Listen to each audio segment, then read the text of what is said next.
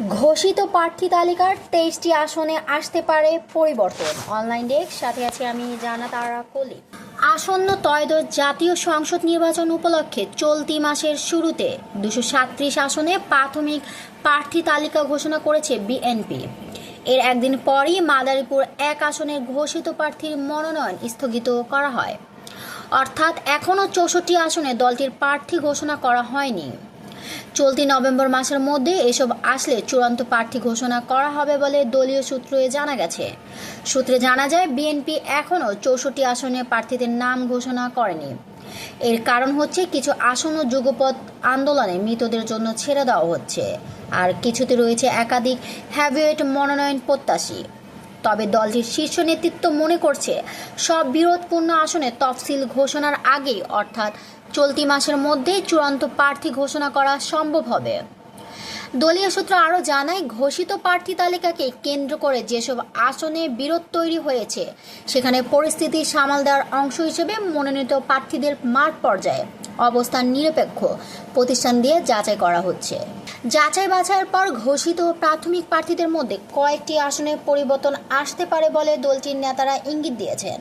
দলটির সিনিয়র নেতারা আশা করছেন, দ্রুতই বিরোধপূর্ণ আসনগুলোতে সমস্যার সমাধান হয়ে যাবে এবং সবাই মিলে ধানের শীষের বিজয় নিশ্চিত করতে এক হয়ে কাজ করবে।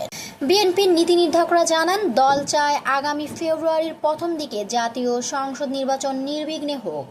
এই নির্বাচন যাতে কোনোভাবেই বাধাগ্রস্ত না হয়, সেদিকটি বিবেচনায় নিয়ে প্রধান উপদেষ্টা ডক্টর মোহাম্মদ ইউনূসের জাতির উদ্দেশ্যে দেওয়া বক্তব্যকে স্বাগত জানানো হয়েছে। আগামী মাসের প্রথম দিকে ত্রয়োদশ নির্বাচনের তফসিল ঘোষণা করা হবে। এটা ধরেই এর আগে দলের প্রার্থিতা ও মিত্রদের সঙ্গে আসন সমঝোতা চূড়ান্ত করা হবে। যুগপৎ আন্দোলনের শরিক দলগুলোর নেতাদের দাবি, বিএনপি প্রার্থীরা মাঠে নামলেও জোট প্রার্থীদের নাম ঘোষণা না হওয়ায় তারা নির্বাচনী প্রচারে নামতে পারছেন না। তাদের আসনে বিএনপির সম্ভাব্য প্রার্থীর প্রায় প্রতিদিনই নানা কর্মসূচি পালন, শোডাউন ও গণসংযোগ করছেন। মৃত দলের প্রার্থীরা একই আসনে মাঠে নামলে একটি উত্তেজনাকর পরিস্থিতির সৃষ্টি হতে পারে এবং সাধারণ ভোটাররাও বিভ্রান্তির শিকার হবেন বলে তারা মনে করেন। এমন পরিস্থিতিতে গত সপ্তাহ থেকে মিত্র রাজনৈতিক দল ও জোটের সঙ্গে আনুষ্ঠানিক বৈঠক শুরু করেছে বিএনপির লিয়াজো কমিটি। গণতন্ত্র মঞ্চের শীর্ষ নেতা ও বিপ্লবী ওয়ার্কার্স পার্টির সাধারণ সম্পাদক সাইফুল হক বিএনপির বিরুদ্ধে মিত্রদের সঙ্গে আসন সমঝোতায় কালক্ষেপণের অভিযোগ এনেছেন। তিনি আমার দেশকে বলেন, বিএনপি নিজ দলের প্রার্থীদের নাম ঘোষণা করলেও যুগপৎ আন্দোলনের সঙ্গীদের সঙ্গে আসন সমঝোতায় এখনও বিশেষ অগ্রগতি দেখা যাচ্ছে না। অতি দ্রুতই অবস্থার অবসান ঘটানো প্রয়োজন। তিনি বলেন, পরিস্থিতি দেখে মনে হচ্ছে বিএনপির সঙ্গে শরিকদের এক ধরনের মনস্তাত্ত্বিক দূরত্ব তৈরি হচ্ছে। এটা বাড়তে দিলে রাজনৈতিক ঝুঁকি বড় হয়ে দেখা দিতে পারে।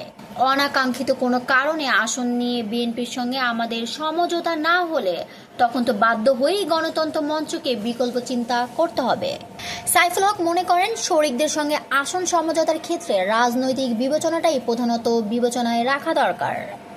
বিএনপিকে যেমন তার নিজ দলের প্রার্থীদের বিজয় নিশ্চিত করতে হবে, তেমনি আন্দোলনের মিত্র প্রার্থীদের বিজয় নিশ্চিত করা তাদের দায়িত্ব হবে। তা না হলে সবাই ক্ষতিগ্রস্ত হবেন।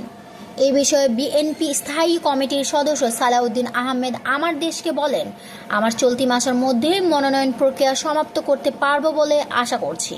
শরিকদের সঙ্গে আলাপ আলোচনা চূড়ান্ত পর্যায়ে আছে। সমঝোতা হলে তারা এবং বিএনপি উভয় পক্ষই তা ঘোষণা করবে।